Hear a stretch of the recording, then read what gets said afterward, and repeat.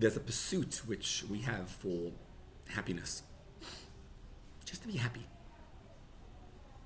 And happiness is generally very closely associated with success. Whatever you consider to be success. And that's customized, personalized to you. But people want to be successful. Successful means, whatever area it is. So success is that you have a family, that you have kids who are giving you nachas, that you have money, that you achieve whatever you want to achieve. Whatever, you fill in the blank for whatever success is. So if you were to say, is success the barometer for happiness? Is it possible to be happy without being successful? Is it? Yeah? Yes. But do you want to be happy without being successful? In other words, is this about you need to be happy even if you're not successful? Then the happiness is, in a sense, being imposed on you from outside. You're being told you need to be, right, happy. Because, for example, what makes you happy? Not if you're rich, but if you're happy with your lot. So if you are rejoicing in your lot and you're feeling good about what you have, even though you don't have much, then you're happy.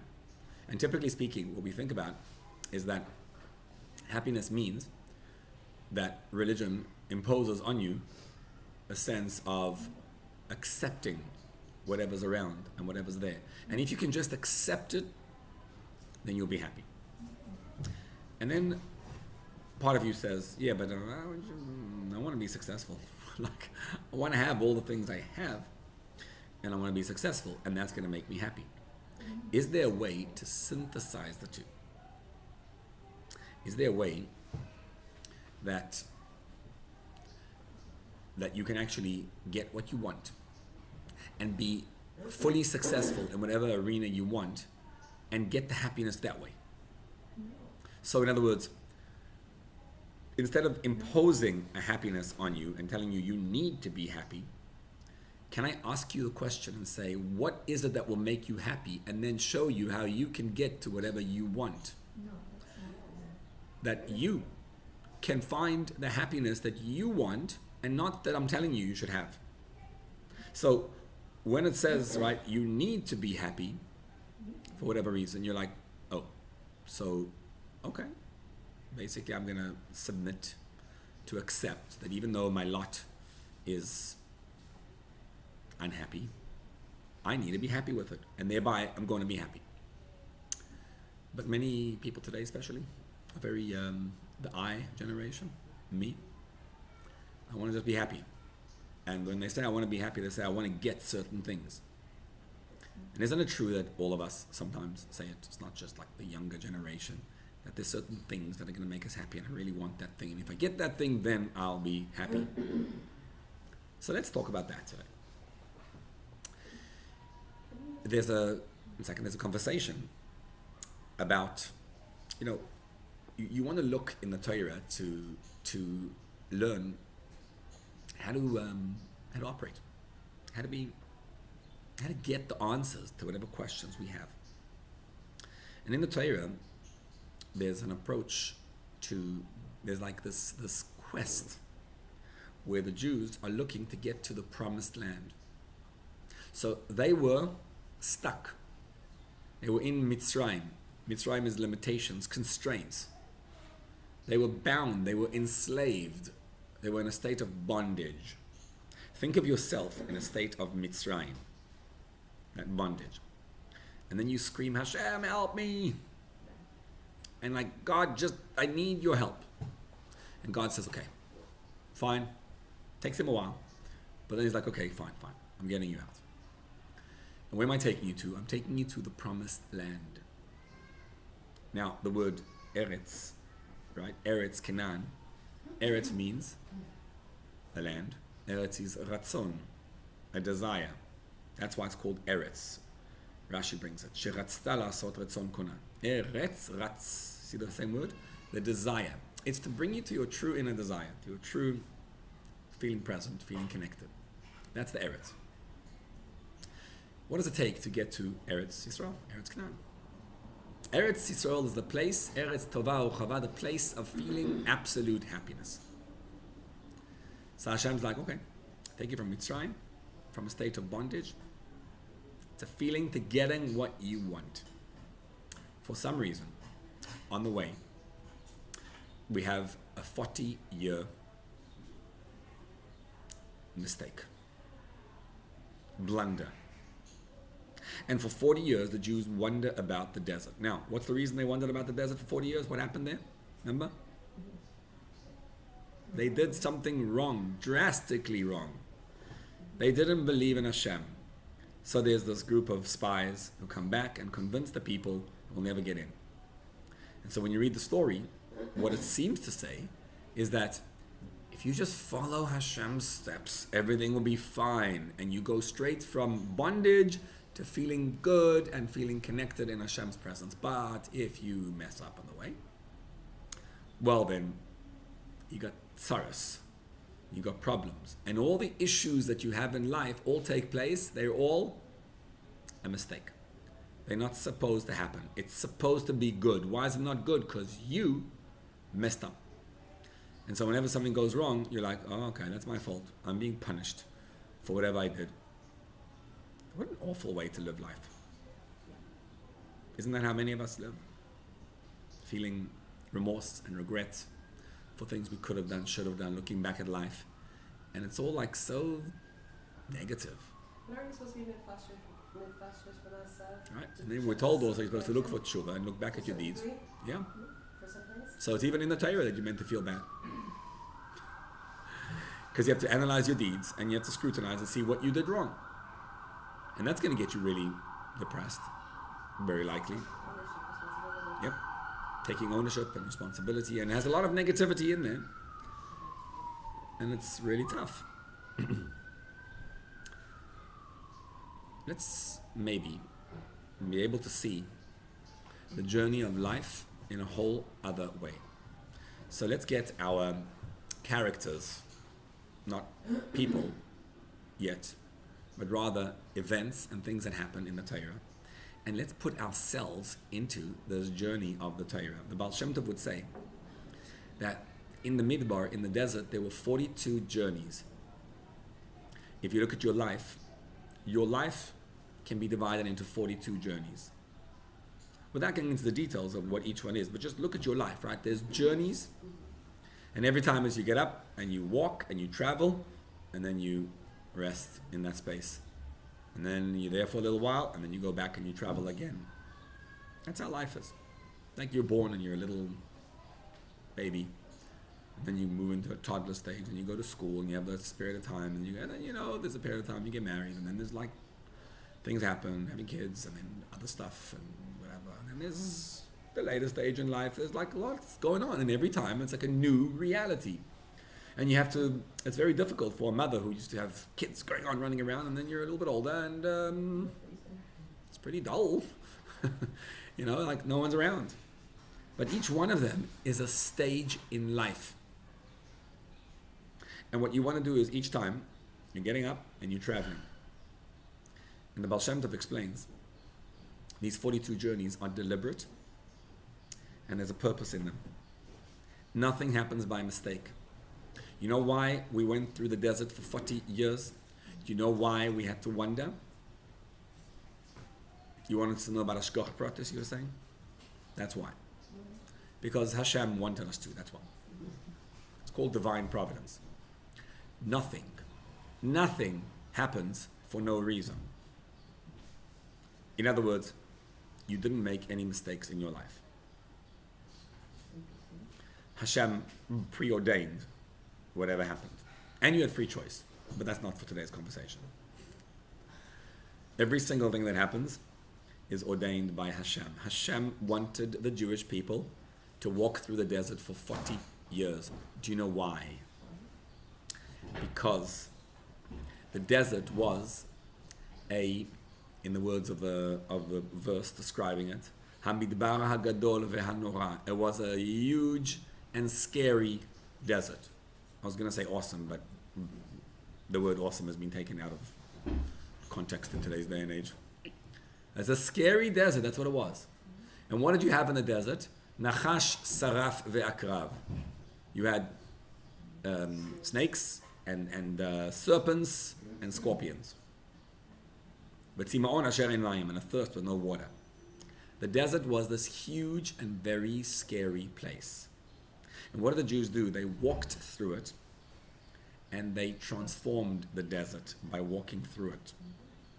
Because what happened was, they were walking through, and at the center of the Jewish walk, it wasn't a regular walk. At the center, the epicenter of the Jewish walk was the Mishkan. And the epicenter of the Mishkan, the tabernacle, was the Aron HaKodesh, the Holy Ark. And in it were the tablets, the Luchot HaBrit, were in the middle of it. And every time the Jews were walking, what happened was, because of that, they had a cloud surrounding them.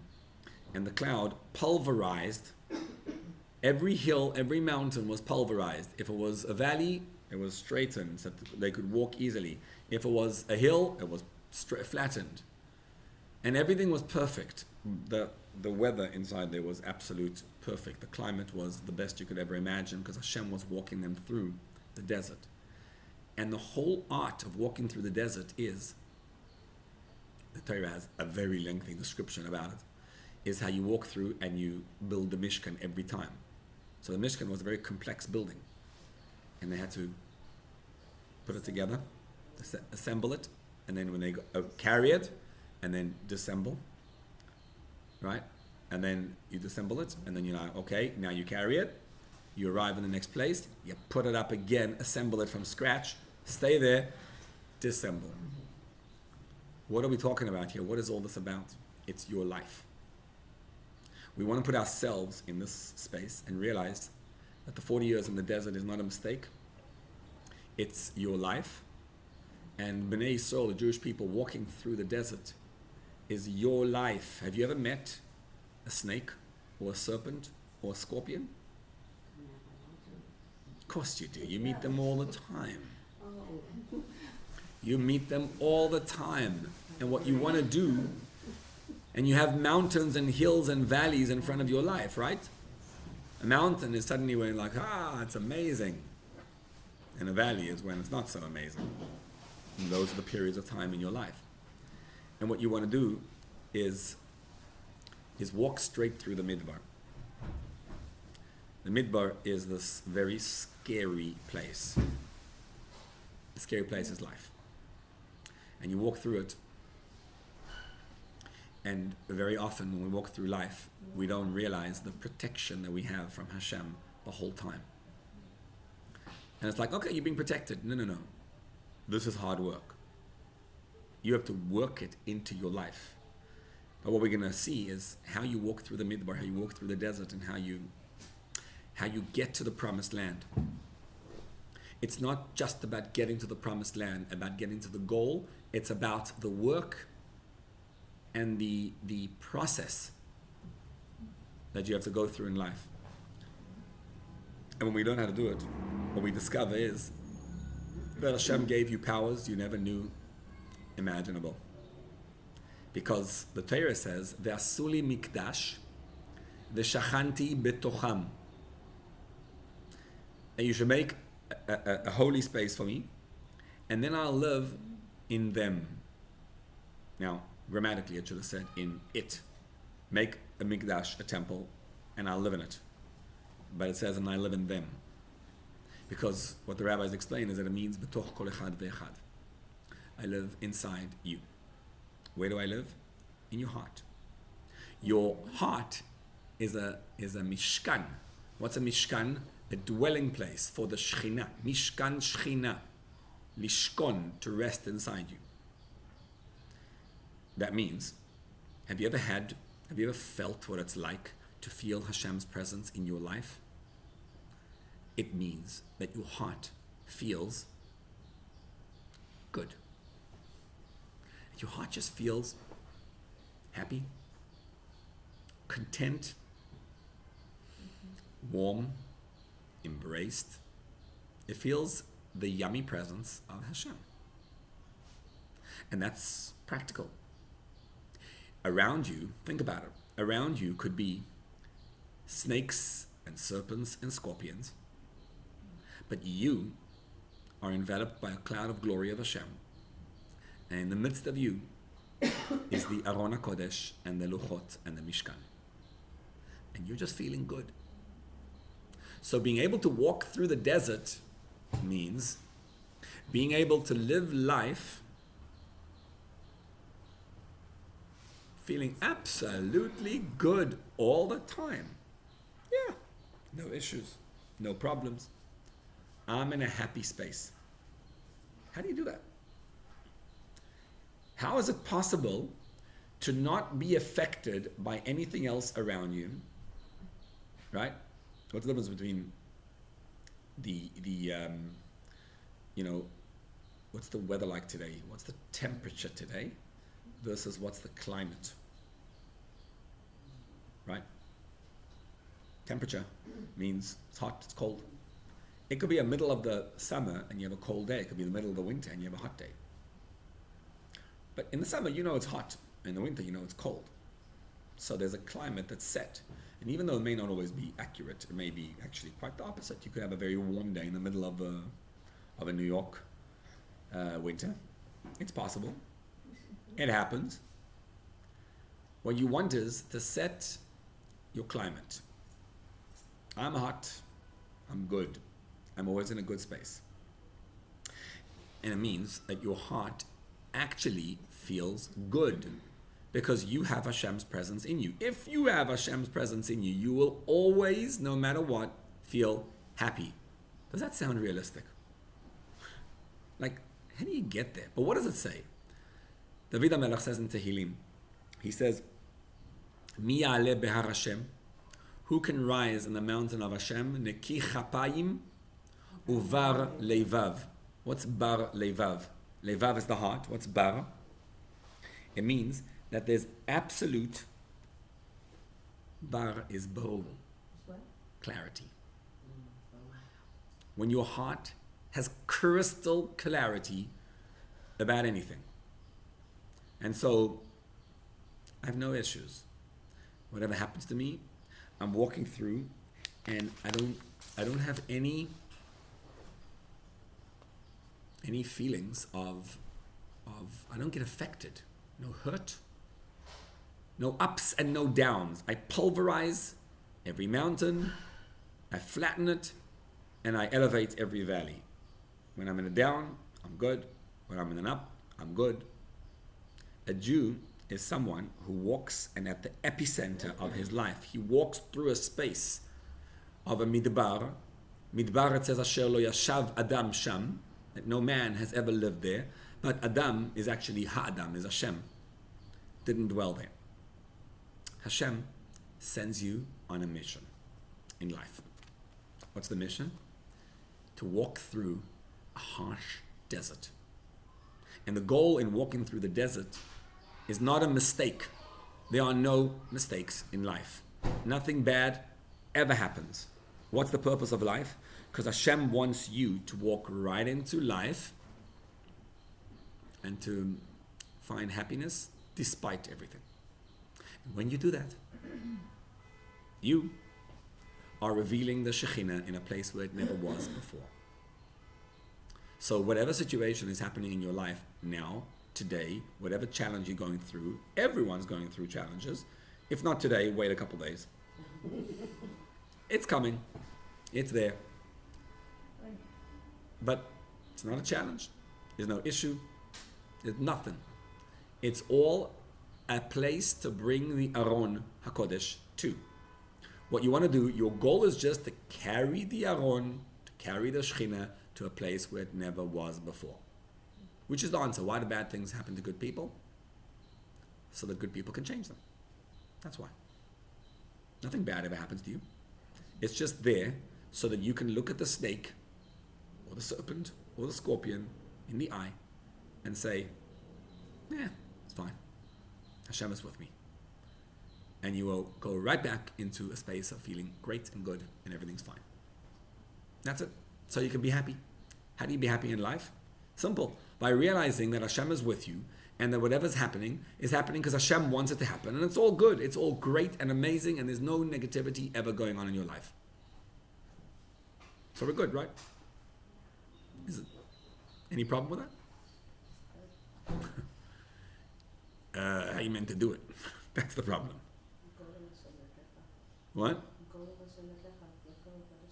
Right? Let Hashem do the work. And it's wonderful. That's what Emunah is all about. Yeah? Emunah, bitachon. If you walk through life. And yeah. You start coming to Rabbi English. And then you can get happy. I promise you, I'm a different person since I came. Oh, that's good. Within what you're talking about, it's amazing. So you want to be happy, and there you go. Just, learn a little bit, and you'll be happy, and it's great.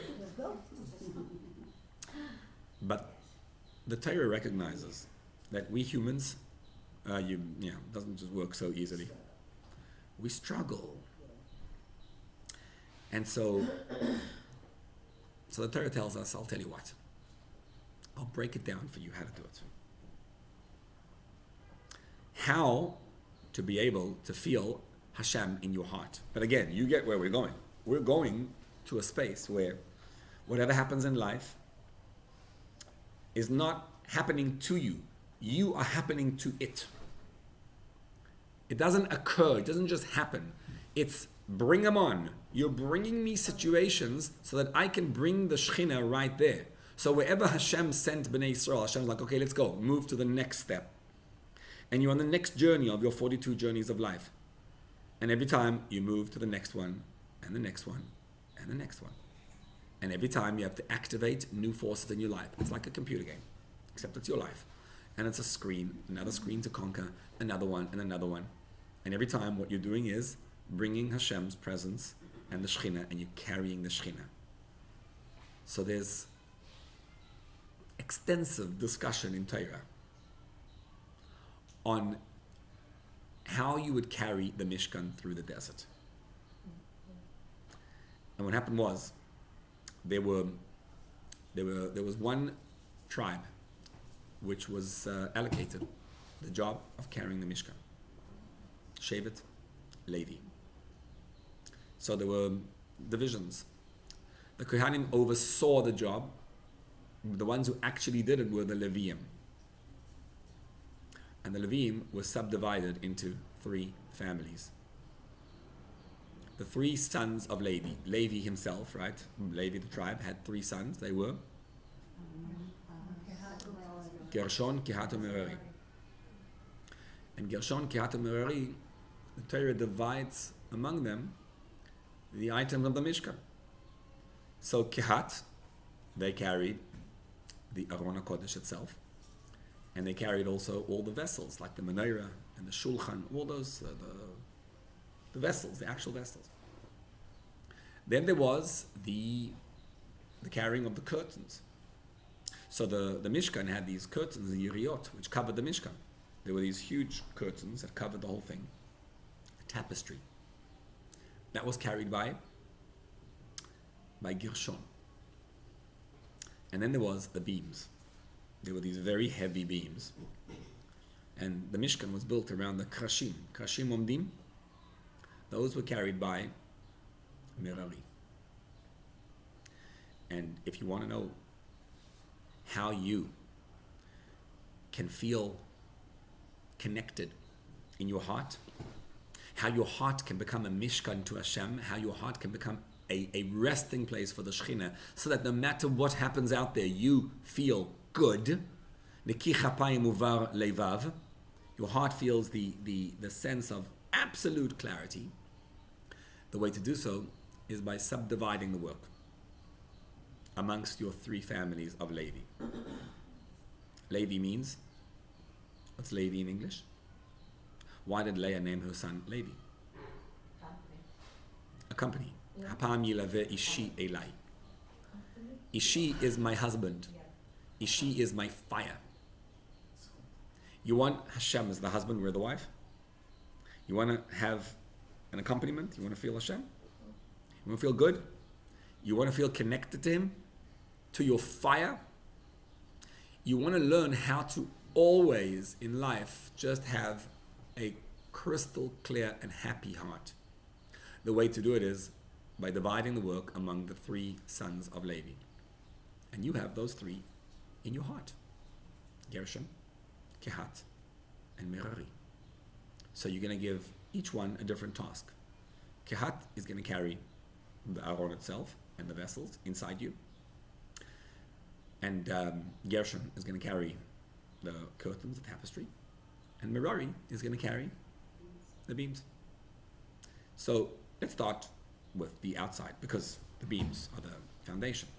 The beams are on the outside of the Mishkan. The beams are what creates the circumference of the Mishkan.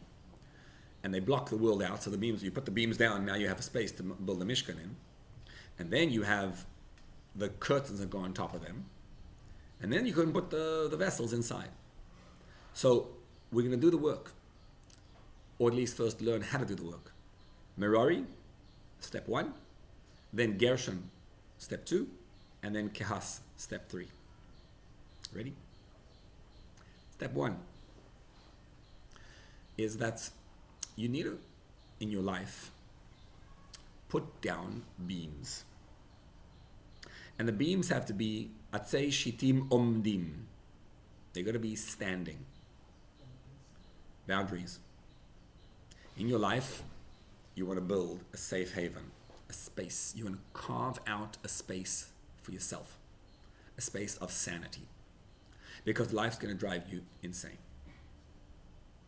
When Natan Navi comes over to David HaMelech, and he tells him, he says, I want to tell you a story, Your Majesty. I have a problem, and there's something that happened, a story that transpired, and I want you, please, to rule on the story. And he tells him a whole story about a rich man and a poor man that lived one next to the other one. And the rich man had everything, and the poor man had nothing. And the poor man only owned one goat. And one day, the rich man decided that, he wants to steal the goat from the poor man. And why did he do that? Because it says, Vayavo heilech el ha'ashir. A walker, a passerby, came over to the rich man. And the whole story is how the rich man steals from the poor man, only thing he owned. And then David HaMelech gets all upset at the poor man, at the rich man, and like, why did he do that?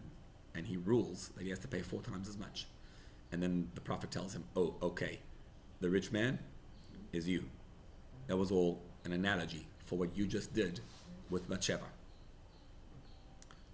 But we're going to focus on the way he words in the analogy the fellow who comes to the poor man, to the rich man, and starts giving him wrong ideas. He calls him a heilech. Heilech is heila med chaf, right? Milashon halach. Why is he called a heilech? The heilech is the yetzer hara. He's the evil inclination, and he's called a walker. Do you know why he's called a walker? Because that's what your yetzer hara makes you do all the time. He gets you unsettled. I was happy. I was like, a moment ago, I was just fine. And suddenly the yetzer hara enters that, like, inside my head, and he drives me insane. What happens is, when things happen out there, instead of remaining out there, they enter your head and they make you go crazy. You ever notice that? When you're married or in any relationship, and suddenly the other person comes over and gets angry at you. And what happens is, suddenly, basically, they had a bad day. And suddenly their bad day becomes your bad day. That's how life works all the time. So, the husband walks into the house, and his wife has a very difficult time with the kids, and she's frustrated at him, and he's in a happy mode when he walks in, and she takes her frustration from what she just experienced, and she just attacks him and critiques him. And what happens now is, the heilech, the walker, enters his brain. What happens if you walk into a situation and you see 2-year-olds having a fight? So what do you do? Oh, well, sometimes they also enter your brain, Like, in the back seat of the car. And then like you have that fight going on in the back seat. And suddenly you realize, it takes a lot of parenting before you understand the way it works. Like two kids are fighting in the back like crazy. And so you're like, like the old station wagon you're driving, in the olden days. So you're driving the thing and you're like, stop by and say, you don't stop now, I'm dropping you both off on the highway right now. And then they continue going, and then you decide to stop. Okay, I'm stopping now. And you're like, oh man, now what should I do? Drop them off on the highway? And then you get it, and you're angry and mad, and you're acting out.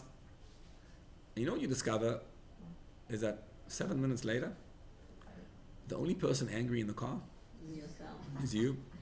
They're like already friends, everything's fine. Kids get over it like that. 1, 2, 3, then a fight. Okay, now we're friends. Fine. What fight? And so you learn at some point that don't let it get to you. Just because there's a fight in the back doesn't mean that I have to allow the halach into my heart. Don't allow the walker to get into your heart. Let it stay as outside. Now try do that in any relationship.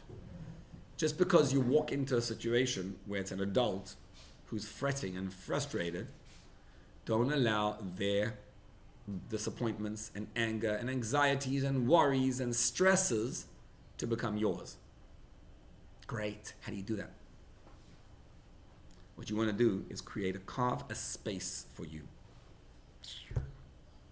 Carve a space. What's the space? That's that Sane Omdim. You want to stand and create a very clear boundary. That's outside, that's inside. I think I mentioned it, but I had that experience over here at the Lag BaOmer parade a few weeks ago. And I was on the stage. I stand in the back of the stage, but I'm just watching what's going on. I'm running the place, but nothing, not doing anything. And everybody who wants to complain comes over to me. And there's so much stress going on. There's like 2,000 people. So obviously there's like lots going on. And this one comes over to me and says, the child over there is lost. Go to announce it now. Like stop the whole program, announce that the child is lost. And then another one comes over and the kid screaming, the one, the parents screaming, right? Who's there? And then like the cotton candy comes out. Oh my gosh, when the cotton candy comes out, it's like, he didn't get, could you please make sure that he gets? Then the neighbor down the road comes over. There's someone blocking my driveway. And the other neighbor over there, you guys are making so much noise. Why are you making noise? And then the guys are like, the men and the women are mixed. And over there, there's like, there's no crossing over there and it's dangerous. The police are going to stop us. And oh my gosh. Back in the day, I used to get very flustered by everything. And every time someone said something to me, I was like thrown off. What should I do now? Then I realized how you handle it. You know how you handle it? You just empathize with everybody, and then you ignore them. I don't know. But basically, wow, so it looks like you're stressed. But I'm not allowing the stress to enter me. I'm blocking completely any sense of stress. So now, what you give me is, okay, I'm going to try help you if I can. But I'm not allowing any feeling of, yeah, it's okay. Because what I realized is, at the end of the day, the event works out, everything's fine. It's all fine. So whatever. You want to tow away the guy's car? Tow away his car. What should I do? I don't know. Like, fine. And suddenly you realize that when you're in a calm space, everything around you works out. Now try to do that in a marriage when you're, tell your spouse, it's all good. It's a little more challenging. You know how you do that? The Atzei Shitim Omdim, the Krashim, are carried by Merari. Now in the Torah, every name, every word is exact. The way to do that is by igniting your Merari. And what is that? What does Merari mean? Bitter. Mar. Bitterness. Whenever something comes your way, you can't ignore it. If you say you're ignoring it, you're not being truthful. You can't ignore someone else's stress around you. And by the way, it's not always someone else's stress. If you are in sales and you're making a sale, and then you're trying and trying and trying, and it doesn't work out. And then you were expecting, and it was about to work out, and then the client says, sorry, I found a better deal. And after all the work you invested, they go somewhere else. You know what you feel? A sense of disappointment that can lead very quickly to a sense of depression. And when it does, you can see people, and you watch people live in this kind of life for not days, not months, not years, but decades even. They start getting into a place of feeling that the world is out to get them, and then they get depressed, and then they start looking for things that are depressing, and then they start finding them, and it becomes a self-fulfilling prophecy. I knew it wouldn't work. I knew it wasn't shaykh. I knew I couldn't, and then you start seeing more and more of it, because whatever energy you give is what energy you get. And so it's a sad reality. But when you miss that, when that client says no, so their feeling of disappointment suddenly is beamed into you, and now you feel disappointed and you get depressed, and then you go home and you start to cry, and you feel sorry and sad for yourself, and then you want to kill. You go do some addictive behavior, and you move to more and more of it, and it doesn't stop. How do you carve out a space in your life that the Shekhinah can be inside you? How do you look at the other person, and even though he said no deal, I'm not buying from you, you feel amazing? It sounds inhuman, impossible, superhuman. The answer is, Hashem says, Merari should carry it around. How? Simple technique. Maybe you know it because we've discussed it. The technique is feel bitterness. Always. Bitterness is an energy. It's a core energy of anything that happens out there. So when something happens, you accept it. And you don't ignore the feeling. That's how. Because whatever we're trying to do all the time is run away from negative feelings.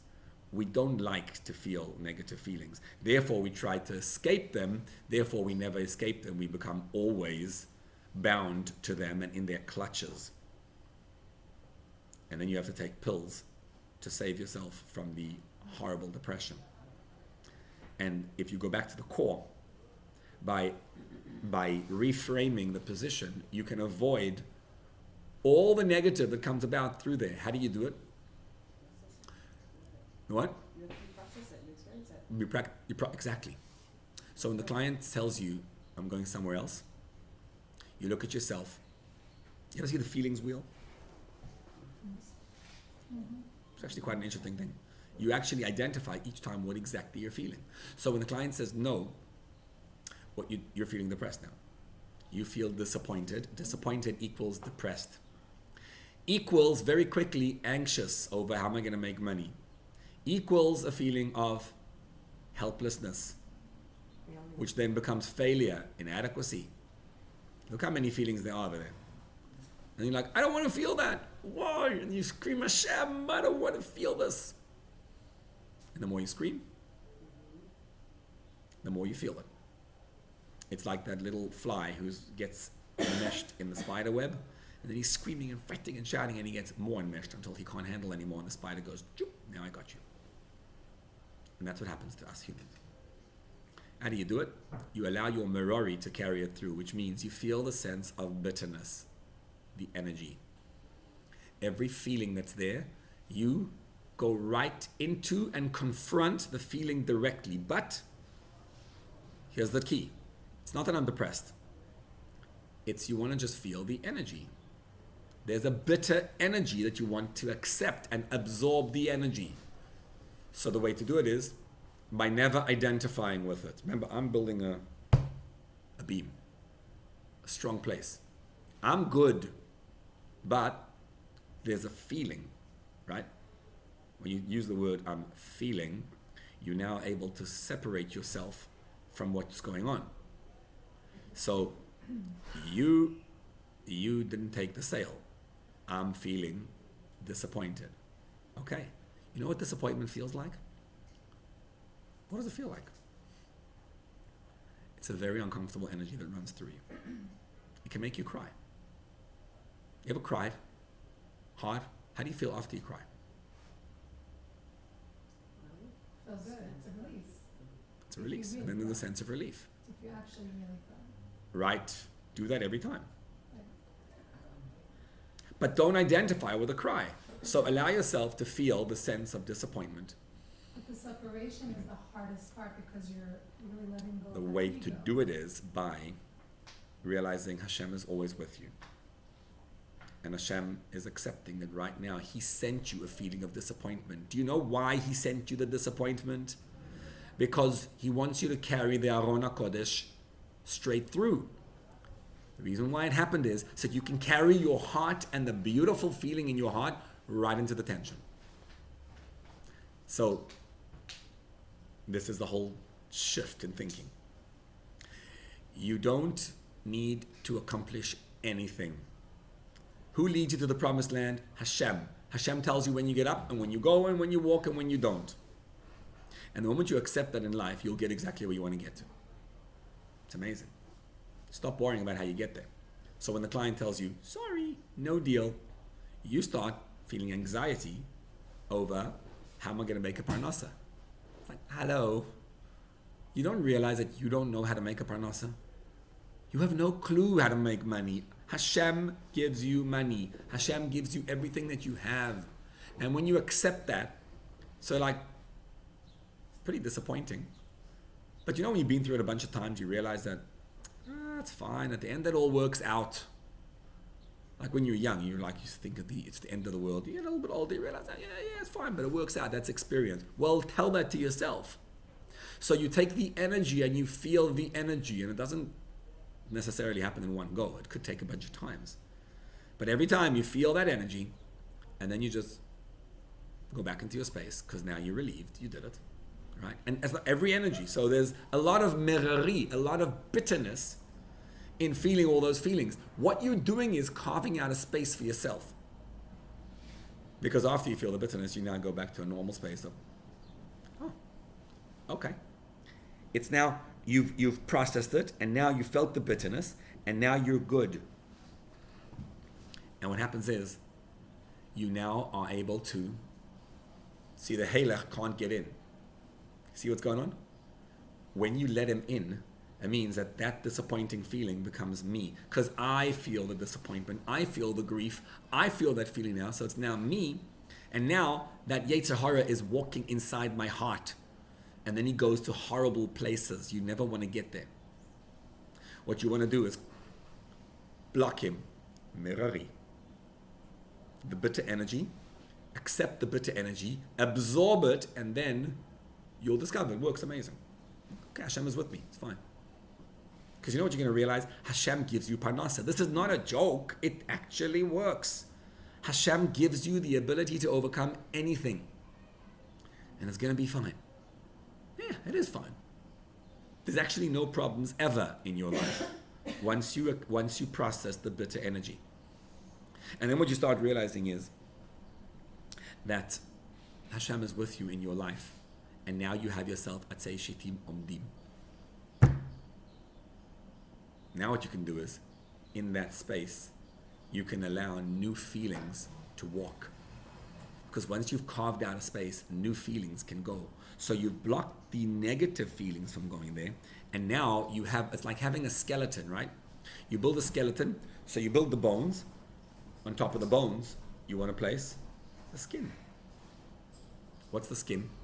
Skin and veins and arteries. In the Mishkan, once you built that Atzei Shitim Omdim, now you can put the tapestry, the curtains on top of it. When you started feeling good, or at least not negative, now you're like, remember that story about Shalom Baruch Cherubashkin? And that incredible moment where he's told, okay, there's no hope. It's over. The legal system has failed you. You will rot in this cell for the next 18 years. And he allows that. He feels the negative. That's negative energy. That's a lot to process. And he processes it, and he says, okay, That's what you said. But I felt the very bitter energy, and now I build myself a space, and what does he do in that space? This is amazing, because Hashem is with me right here. You see how he's allowing new guys to walk inside of him? Once you carved out the space, you know what? Hashem, he can do anything, so it's amazing. I'm in Hashem's hands, and he starts having a new being walking inside of him. It's not the Halech, which is the Yetzer Hara, it's a Halech of veins and arteries and new things flowing through, and he starts to realize that when you lost a client, you know what that means? You're absolutely in Hashem's hands. What an amazing place to be in. When you lost everything, you felt the bitter energy, okay, I got it. Now don't define yourself by the bitter energy, allow the next step in. And that's when you start experiencing this happiness and joy from above. We call that, who does that work? Gershon. Why Gershon? What? Negaresh. You chased away and you chased out all the bad. Now, every day we sit in daven. And in davening, we arrive at this amazing space. Like we Jews have a secret. Close your eyes. It takes work to get there. You have to see Hashem everywhere and in everything around. And you get to the point where you close your eyes and you say, Shema Yisrael, Hashem Elokeinu, Hashem Echad. And that's this amazing reality. It's not theory. It means that when you lose a sale, it's not anything to worry about because Hashem's taking care of you. And you always have what you need. And by the way, when you make a sale, it's the same thing. There's also a merirut over there. There's a bitterness. What's the bitterness? I'm feeling euphoric because I made the money. Okay, woohoo. It's like, don't get excited and don't get down. There's no reason to get up or down by anything. It's like, okay. You build the merari. That's Eshetim Omdim. On top of that, you suddenly build a new reality, like Shlomo Bashkin does. He builds himself this reality. You know what? I'm in Hashem's hands. And he starts feeling the joy of Hashem Elokeinu, Hashem Echad. And that allows you, the tapestry was woven out of six materials. Tchelet v'agaman, tolad, shani, v'shesh, v'izim. Your life, first of all, we have Shisha Sidrei Mishnah. Our lives are woven out of Torah. But you can only appreciate the Torah when you actually allow yourself to appreciate it. When you've carved out a space to build the Mishkan, when your heart's just feeling good. Now you learn Torah and it works. And you discover that the Torah is actually made up of, that's the Shas. The things that are woven out of. And why are they six? Because you have 6 emotions inside you. And each emotion has to be processed. And when you change the energy from the negative energy to the positive by being bitter, you felt the bitterness. That was step 1. And then you carve yourself that space. And you have this zone whereby I can feel Hashem's presence, and then you're able to actually experience and build on top of that. If you're building on a child, say a child who's feeling sad, and you're showing him Torah, you're not building. You've got to accept, you've got to help him to process the feelings, and then the Torah can work in that space. And the Torah is woven out of all 6 emotions.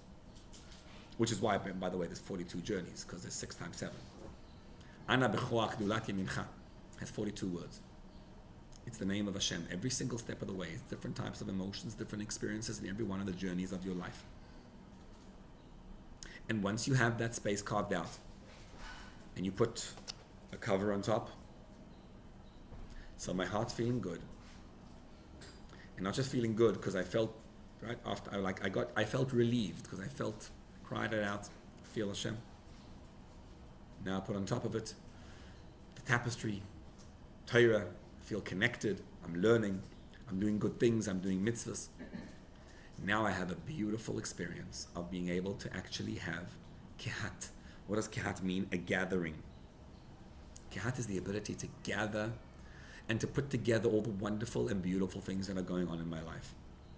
And what you'll discover is that inside your life, you're putting an Aron HaKodesh at the epicenter. And Aron HaKodesh has a menorah. The menorah is the light.